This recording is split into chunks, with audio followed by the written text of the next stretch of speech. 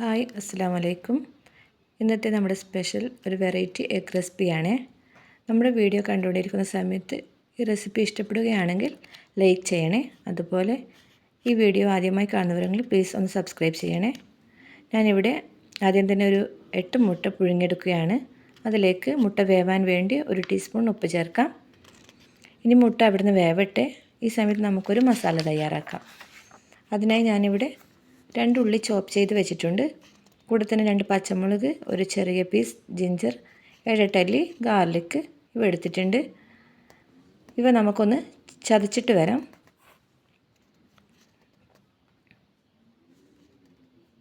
ഇനി നമുക്ക് മസാല ഉണ്ടാക്കാൻ തുടങ്ങാം. അതിനായി ഒരു പാൻ വെച്ചിട്ടുണ്ട്. പാൻ ചൂടായതിന് ശേഷം 2 ടീസ്പൂൺ ഓയിൽ ചേർക്കാം. ഓയിൽ ചൂടായി വരുമ്പോൾ ചോപ്പ് ചെയ്ത ഉള്ളി ചേർക്കാം. പെട്ടെന്ന് വെന്ത് കിട്ടാൻ വേണ്ടി 1/2 ടീസ്പൂൺ ഉപ്പ് ചേർക്കാം. നമുക്ക് ഇത് നന്നായിട്ടൊന്ന് വഴറ്റിയെടുക്കാം. ഉള്ളി സോഫ്റ്റ് ആവുന്നത് വരെ നമുക്ക് നന്നായിട്ടൊന്ന് വഴറ്റിയെടുക്കാം.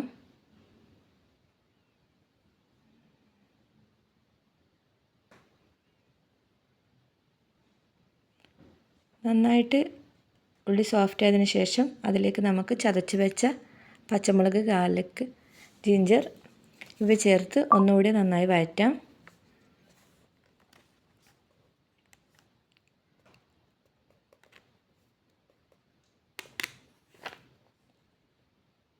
പിന്നീട് ഉള്ളി നന്നായി സോഫ്റ്റ് ആയതിനു ശേഷം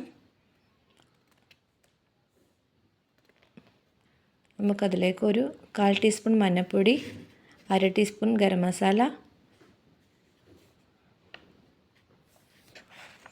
1/2 ടീസ്പൂൺ കുരുമുളക് പൊടി,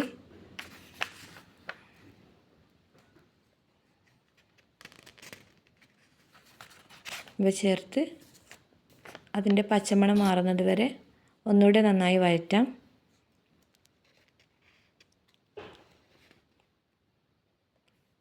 ലാസ്റ്റ് നമുക്കതിലേക്ക് ഒരു പിടി മല്ലിയില ഇട്ട് കൊടുക്കാം. ഇനി നമുക്ക് ഫ്ലെയിം ഓഫ് ചെയ്യാം. അങ്ങനെ നമ്മൾ മസാല റെഡി ആയിട്ടുണ്ട്.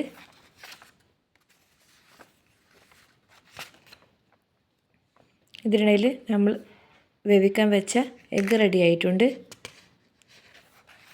എഗ്ഗ് നമുക്ക് 2ആയി കട്ട് ചെയ്യാം. 2ആയി കട്ട് ചെയ്ത എഗ്ഗിൻ്റെ മഞ്ഞയും വെള്ളയും സെപ്പറേറ്റ് ചെയ്ത് എടുക്കാം.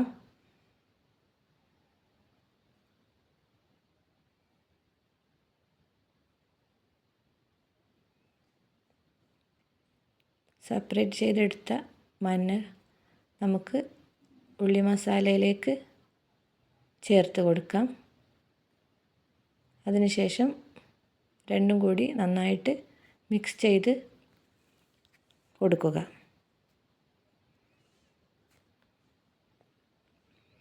ഇനി ഈ മിക്സ് ചെയ്ത കൂട്ട് നമുക്ക് ഓരോ മുട്ടയിലേക്കായിട്ട് നിറച്ച് കൊടുക്കാം.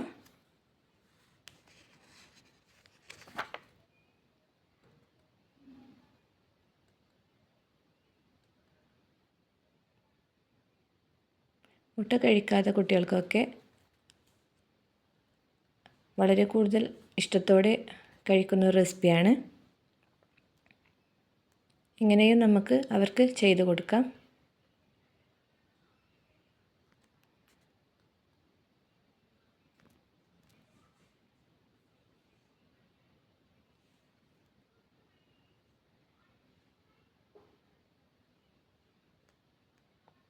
അങ്ങനെ ഞാൻ ഇവിടെ മുഴുവനും ചെയ്ത് വെച്ചിട്ടുണ്ട്.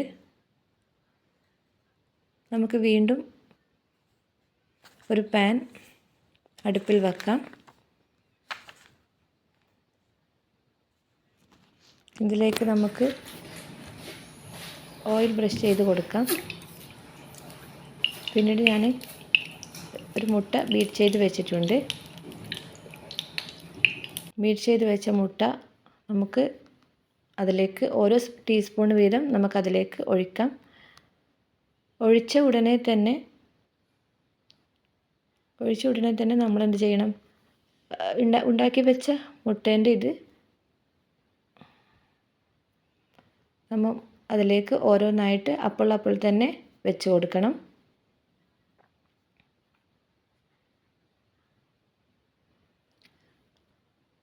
ഒരു 2-3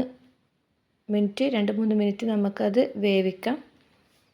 പിന്നീട് നമുക്കത് മറിച്ചിട്ട് കൊടുക്കാം. കൂടി വന്നാൽ നമുക്കൊരു 5 മിനിറ്റ് കൊണ്ട് ഇത് റെഡിയാക്കി എടുക്കാം.